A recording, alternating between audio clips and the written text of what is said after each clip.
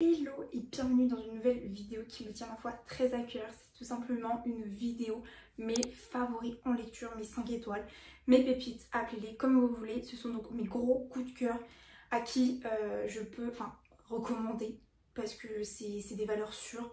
C'est des livres qui m'ont touché là en fait, qui ont quelque chose d'unique, qui ont une écriture, une plume très spéciale et auquel j'ai beaucoup accroché. Et la plupart de ces livres-là, c'est des livres du coup que je conseille et avec qui du coup j'ai des super retours. Donc je pense pouvoir vous les conseiller. Donc j'ai pris une sélection de environ une dizaine de livres, peut-être légèrement moins. Mais le but c'est pas d'en présenter des tonnes et des tonnes, c'est de pouvoir vous les présenter correctement, c'est-à-dire avec l'auteur et un mini résumé, comme ça peut vous donner envie de le lire, de vous l'ajouter dans votre pile à lire. Et ou sinon de vous, dites-moi si vous avez lu certains de ces livres-là, ce que vous en avez pensé. Si vous avez d'ailleurs des livres à me recommander, je suis preneuse.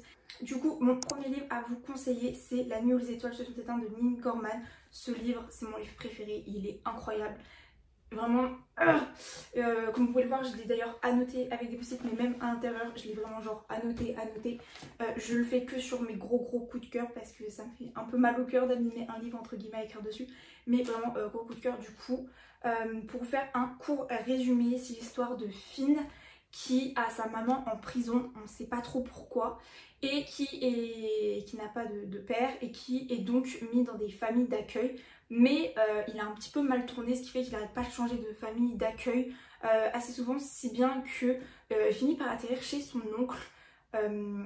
J'ai oublié son prénom. Et du coup il va intégrer un nouveau lycée. Qui dit nouveau lycée dit nouveau départ.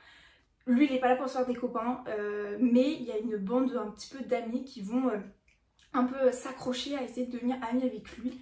D'ailleurs c'est un peu surprenant d'avoir autant de... Je trouve ça un peu surprenant qu'ils aient autant la niaque entre guillemets de devenir amis avec lui.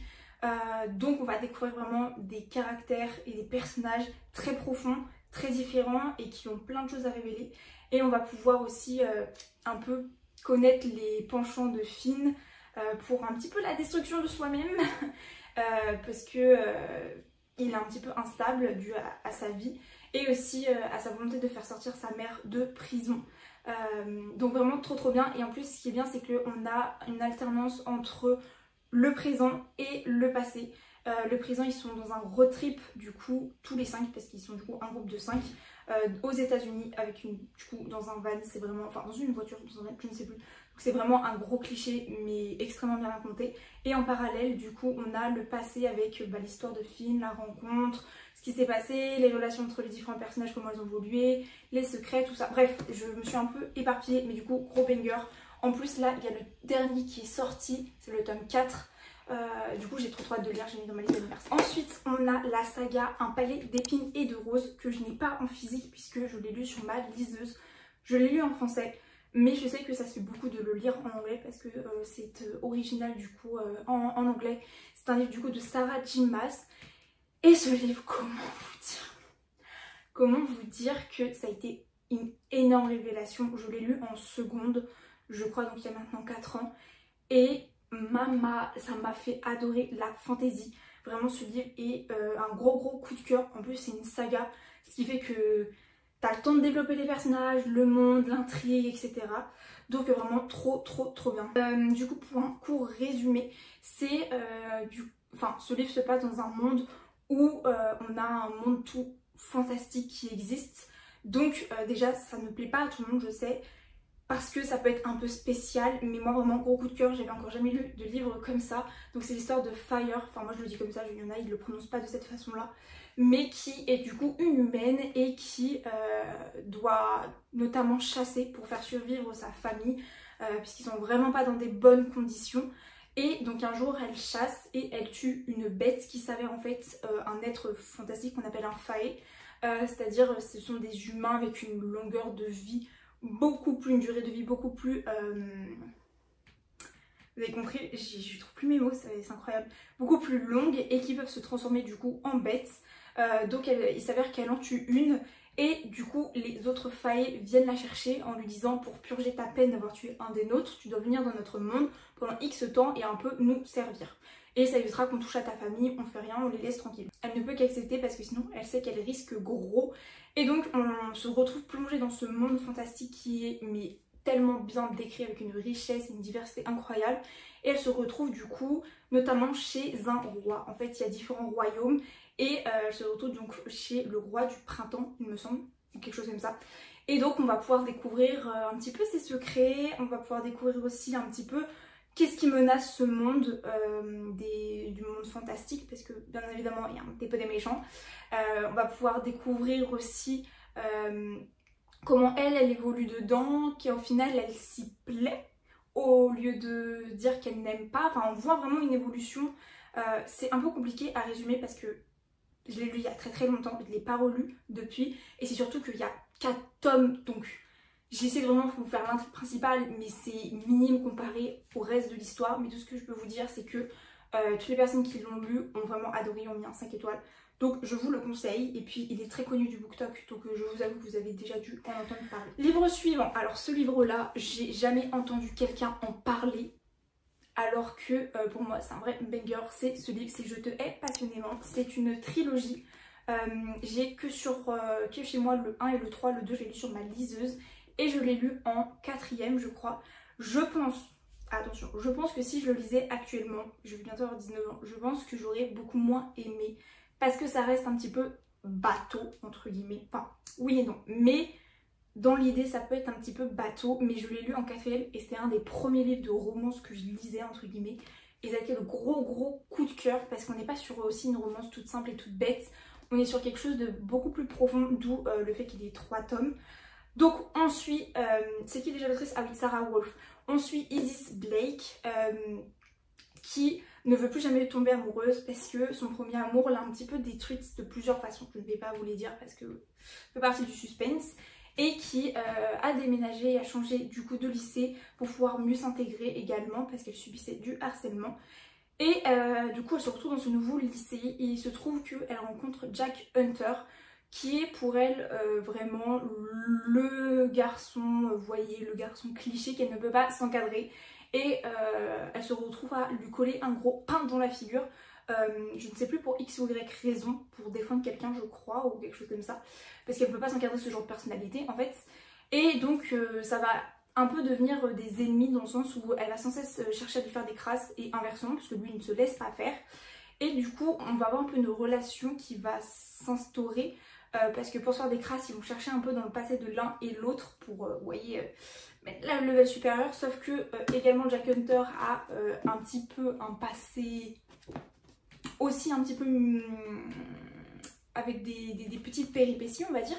Donc il va s'avérer que les personnages sont bien plus profonds qu'on le pense et qu'ils découvrent les choses l'un sur l'autre, qui les laissent un petit peu aussi ah est-ce que j'aurais dû chercher si loin, qui permet aussi également d'engager un peu d'empathie pour l'un et pour l'autre.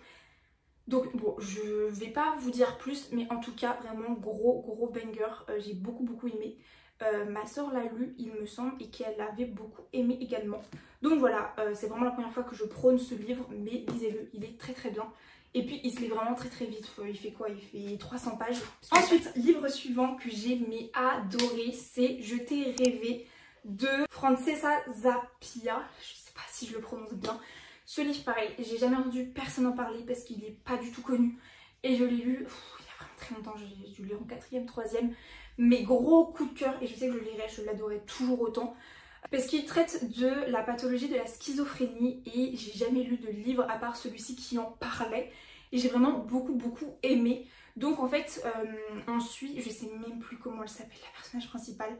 Mais du coup, la personnage principale qui est une fille qui, dans son enfance, en fait, dans un supermarché, elle a rencontré un petit garçon et ensemble, ils ont libéré les homards que vous pouvez voir au rayon poisson tout simplement. Et en fait, un souvenir qui l'a hyper beaucoup marqué parce que c'était une des premières fois où elle rencontrait un garçon ou quelqu'un de son âge qui s'amusait un petit peu avec elle et qui la considérait entre guillemets comme normale parce que du coup elle est schizophrène et c'est souvent les gens ont tendance un peu à discriminer même sans le faire exprès ce genre de personnes là. Et du coup ça l'a beaucoup marqué et du coup voilà. Sauf que nous déjà on peut se demander si est-ce que ce souvenir est réel parce que libérer des homards dans un supermarché aussi, c'est quelque chose qui n'est pas du tout courant. Donc en fait, dès le début, on a le doute de est-ce que c'est réel ou est-ce que ça se passe dans sa tête. Et du coup, on la retrouve après bien plus tard où elle est au lycée et elle tente tout simplement de s'intégrer, de se faire des amis, mais c'est très compliqué. Et elle va rencontrer un garçon qui s'appelle Miles et elle va être un peu attirée par lui dans le sens où il semble un petit peu mystérieux, il semble un peu avoir aussi un peu un background, vous voyez des choses un petit peu à cacher et en fait il y a un peu une amitié qui va se lier entre les deux qui va être assez belle parce que du coup il va beaucoup l'accompagner dans sa maladie, la schizophrénie. Parce que c'est vrai qu'aussi on a ce côté là du coup un peu avec Miles, mais aussi beaucoup le côté familial où on voit comment la famille fonctionne. Parce que également elle a une petite sœur, on voit quelle influence la petite sœur a sur elle. On voit, en fait c'est hyper, moi j'ai trouvé ça hyper riche en émotions au niveau du coup de l'amitié, mais aussi de l'amour de la famille, mais aussi de vis-à-vis d'elle-même parce qu'elle prend des médicaments, elle a un traitement et ce que j'ai beaucoup aimé c'est qu'aussi beaucoup de fois dans le livre on se demande, en fait même elle se demande si certaines choses qui se passent sont réelles ou si c'est elle qui l'invente parce qu'elle a tellement l'habitude d'avoir des hallucinations que des fois en fait elle est même pas surprise. Alors des choses parfois sont réelles et d'autres parfois ne le sont pas.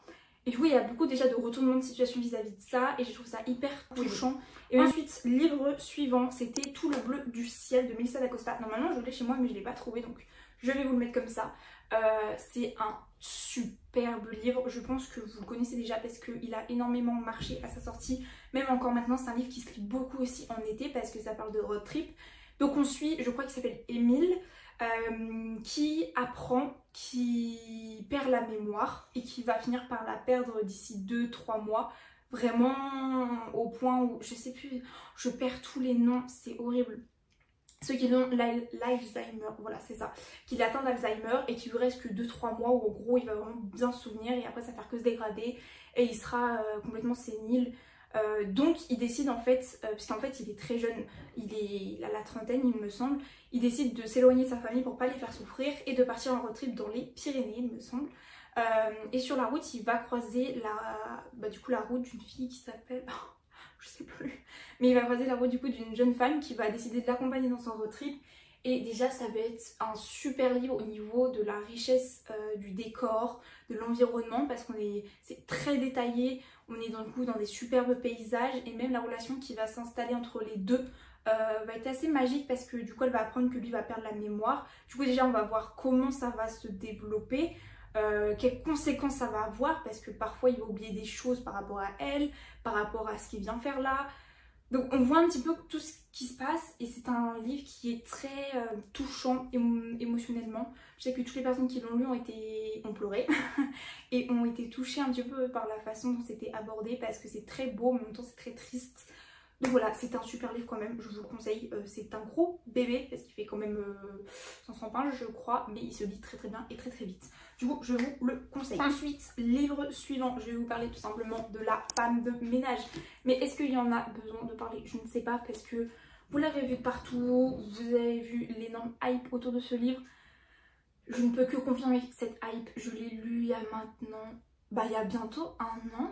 Ça fait déjà bientôt 1 an. Ça passe vite, mais vraiment gros banger, ça m'a retourné l'esprit. J'avais pas l'habitude de lire des thrillers, mais alors celui-ci, depuis je lis du coup un petit peu plus de thrillers, mais celui-ci, waouh, la plume est incroyable, les retournements de situation, alors tu t'y attends même pas, c'est pas possible d'imaginer la fin, c'est impossible. C'est de Freida McFadden et du coup j'ai lu le tome 2 qui est un peu moins bien et là je viens de finir le tome 3 qui est très très bien. Je lui ai pas mis 5 étoiles mais j'ai mis 4 étoiles, mais vraiment très très bien. Du coup bref, je ne peux que vous le recommander. Pour un court résumé, c'est l'histoire de Millie qui a des antécédents de prison et donc il y a du mal à trouver un nouveau job tout simplement parce que personne veut d'elle vu ses antécédents, et elle finit par postuler en tant que femme de ménage chez une famille assez riche qui vit dans une grosse maison et elle se fait accepter, donc elle est trop contente, elle se dit nouveau départ, je donne tout etc. Mais il se trouve qu'elle trouve la famille très très bizarre. Ils ont tous un peu des caractères, le papa, la maman et la fille, un peu spéciaux. et elle se demande un peu où est-ce qu'elle a atterri, mais elle se dit bon c'est pas grave, je suis là pour me faire de l'argent, pour prendre un nouveau départ, ils m'ont accepté et tout, c'est pas grave. Mais voilà, il se trouve qu'il se passe des choses un peu bizarres, surtout que en fait elle est logée, mais elle est logée dans une pièce qui n'a pas de serrure mais seulement de l'extérieur et qui est vraiment toute petite et un petit peu insalubre. Du coup elle se pose des questions, mais en même temps elle se pose pas trop de questions parce qu'elle se dit j'ai déjà une chance incroyable d'être là, qui m'est accepté, donc go with the flow. Mais bon, il va s'avérer que des choses se passent et qu'en tant que femme de ménage elle voit beaucoup de choses parce que elle se passe inaperçue mais en même temps pas inaperçue. Donc ouais, que des retournements de situation, que de retournements de situation, je peux que... Livre suivant, c'est tout simplement le Icebreaker de Hannah Grace. Pareil, vous avez dû en entendre parler parce qu'il a énormément fait le tour des réseaux, parce qu'il a été également traduit en français, je crois, l'année dernière. Moi, je l'ai lu en anglais, il n'était pas encore traduit en français. Je l'ai également annoté, mais seulement avec des post-its. Et quel gros banger ça a été. Il m'a été conseillé par une de mes amies qui lit beaucoup. Et j'ai pas du tout été déçue. La plume est addictive.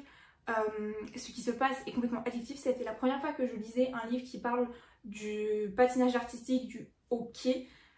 Et c'est vrai que maintenant c'est une trope, je trouve, qui est énormément développée. Et du coup je pense que c'est plus difficile de trouver des bons livres avec cette trope là. Mais celui-ci je peux que vous le conseiller. On est sur une fille qui s'appelle Anastasia, mais on surnomme Stacy, qui est donc patineuse artistique professionnelle et qui consacre toute sa vie à ça en fait. C'est vraiment, ça résume sa vie et du coup elle est énormément stressée et elle cherche un peu un moyen de décompresser parce que ça a des impacts sur ses performances et également son partenaire de patinage artistique a des soucis de santé il me semble. Du coup elle est même pas sûre de pouvoir concourir avec lui. Donc ça la stresse énormément, bref tout ça. Et on a à côté Nate qui est donc hockeyeur professionnel. Et lui qui est très chill guy, trop bon délire tout ça. Ils vont se rencontrer parce qu'en fait la patinoire des hockeyeurs va se retrouver cassée il me semble. Ce qui fait qu'ils vont devoir partager la même patinoire du coup pour les hockeyeurs et pour les patineurs artistiques. Donc aménager l'emploi du temps, etc. Ce qui stresse énormément Stacy parce que du coup elle se dit que je vais assez pouvoir m'entraîner parce qu'elle veut concourir à des compétitions, bref ça la stresse énormément et c'est là où elle fait la rencontre du coup de Nate. Je ne saurais pas plus vous résumer que ça parce que je me rappelle même plus du début, mais globalement je me souviens quand même du livre et il est très bien développé. La relation entre les deux personnages aussi très creusée, très approfondie. Parce que c'est vrai que je trouve un peu compliqué maintenant de trouver un livre où la relation entre les deux personnages est profonde, où on ressent des choses et où c'est pas bateau tout simplement. Mais du coup voilà, gros banger. J'ai lu aussi le tome 2, Willfire, que je peux également vous conseiller à 1000%. Voilà. Ensuite je vais vous parler de un peu Morgane Mancourt, mon autrice préférée. On a du coup L'As de cœur que j'ai lu il y a maintenant 2 ans, qui est un super livre parce que c'est pareil, c'était le premier livre que j'ai lu où il y avait du poker il me semble, oui c'est ça, du poker, et j'ai énormément aimé cet environnement parce que j'ai appris plein de choses sur le poker, sur l'environnement des jeux, des casinos, c'était vraiment déjà rien pour ça top. Et du coup ensuite j'ai même pas le livre sous les yeux, je peux même pas vous dire comment il s'appelle, je me rappelle même plus, mais ensuite du coup un homme qui est un peu comment dire, une personne qui joue du poker, pokerman, bon, du coup qui joue très souvent au poker et qui est du coup très fort et qui fait un peu le tour des casinos dans le monde il me semble pour jouer, qui rencontre, je sais même plus comment elle s'appelle non plus, une fille qui s'avère très forte également, qui joue contre lui et lui il a un peu l'habitude de tout le temps gagner vous voyez, et il est déstabilisé par cette fille qui arrive un peu à percer sa défense, à gagner et tout. Du coup il lui dit en gros, viens avec moi au jeu de Las Vegas, il me semble. Tu vas m'apprendre comment tu fais tous tes trucs et tout, ou à deviner le bluff des personnes. Et comme ça, je vais pouvoir gagner et on va faire un duo. Sauf que ça va s'avérer un peu plus compliqué que prévu parce qu'elle a un fort caractère. Elle a aussi des antécédents, elle, de son côté. Lui également, parce que c'est vrai que c'est une personne qui est de prime abord un peu froide, distante. Donc c'est une situation de base je trouve très intéressante et pareil la relation qui va se développer entre les personnages très intéressante avec de multiples rebonds, je ne vous dis même pas. Mais du coup voilà, j'ai adoré les personnages, j'ai beaucoup aimé l'environnement, donc en fait vous ne pouvez que aimer. Et j'ai lu l'As de pique derrière et aussi j'ai beaucoup aimé, même s'il est différent du l'As de cœur, il est très bien. Et du coup pour rester sur Morgane Moncombe, c'est Un automne pour te pardonner que je n'ai pas là, qui est à mon studio, mais qui est aussi un super livre, qui est le premier tome de sa saga Seasons. Je lui ai mis 5 étoiles parce qu'on parle d'enquête, parce qu'on a des personnages hyper développés, on a un contexte hyper développé, ça se passe en Écosse, j'ai jamais lu de livre qui se passe en Écosse avant, donc c'est vraiment trop bien fait. De toute façon, Morgane Moncombe, c'est une autrice, elle sait mais juste divinement bien écrire, donc je ne peux que vous le conseiller. En plus vraiment, il y a un aspect un peu enquête qui est très poignant et qui est très intéressant. Parce que si vous voulez un court résumé, on suit Lou qui est un garçon et qui a été harcelé quand il était plus jeune, et on retrouve son harceleur mort et il est suspecté pour je ne sais plus quelle raison, je vous avoue, mais en gros il est suspecté et son avocat n'est d'autre que Camélia, et elle... En fait, eux, ils se connaissaient un petit peu d'avant du lycée, il me semble, et ils pouvaient pas trop se blairer, il me semble. Mais du coup, il découvre que c'est Camille son avocate, mais il peut faire que avec, il n'a pas le choix. Et même elle n'a pas le choix que de le défendre, même si elle ne voudrait pas. Et du coup, ils vont essayer d'enquêter un petit peu sur ce meurtre, puisque c'est tout de même une sacrée chose.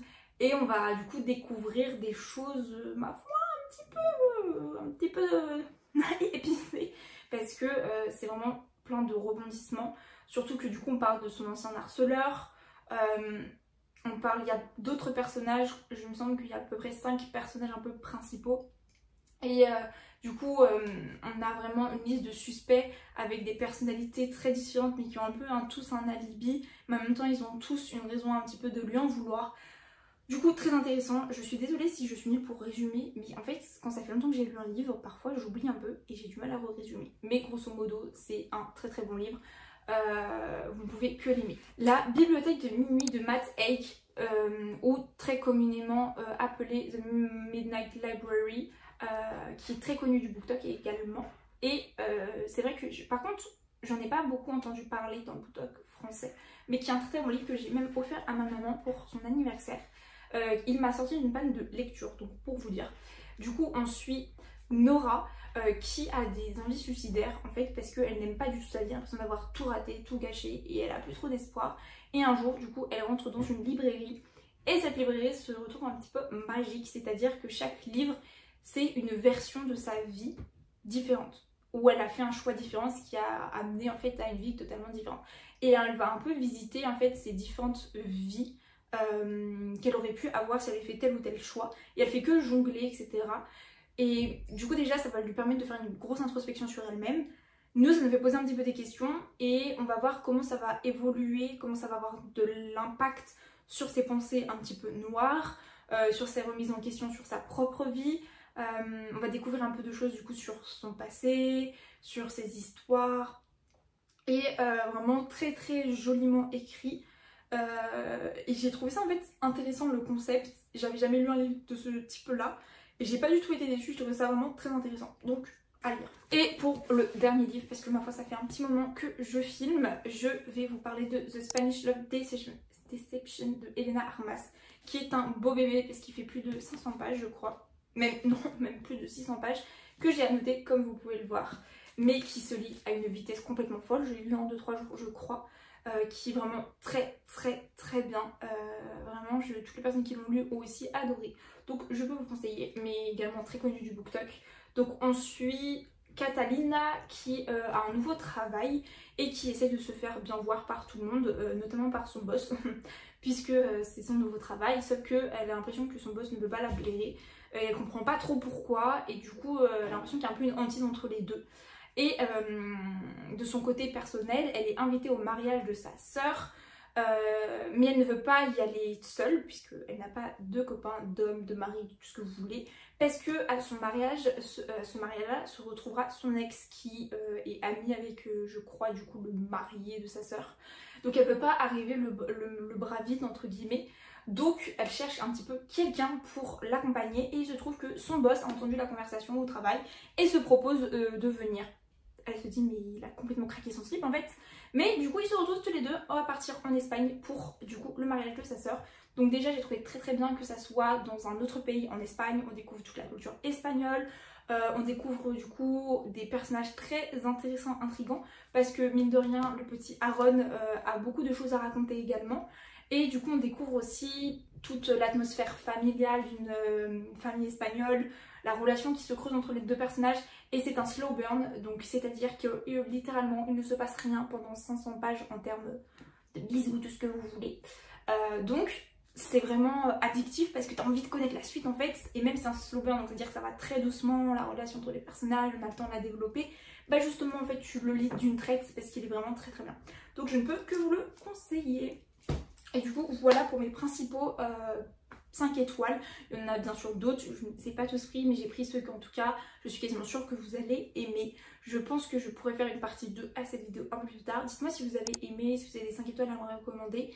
Et je pense que je ferai aussi une vidéo de mes presque 5 étoiles, de mes presque pépites comme je les appelle. C'est-à-dire les livres qui manquaient ça pour que ça soit une pépite, mais genre pas grand chose. Du coup je pourrais vous faire une vidéo sur ça parce que j'en ai quand même quelques-uns. Dites-moi si vous êtes chaud et puis dites-moi si vous avez plu. En attendant, je peux vous dire lisez bien et puis on se retrouve bientôt pour de nouvelles vidéos.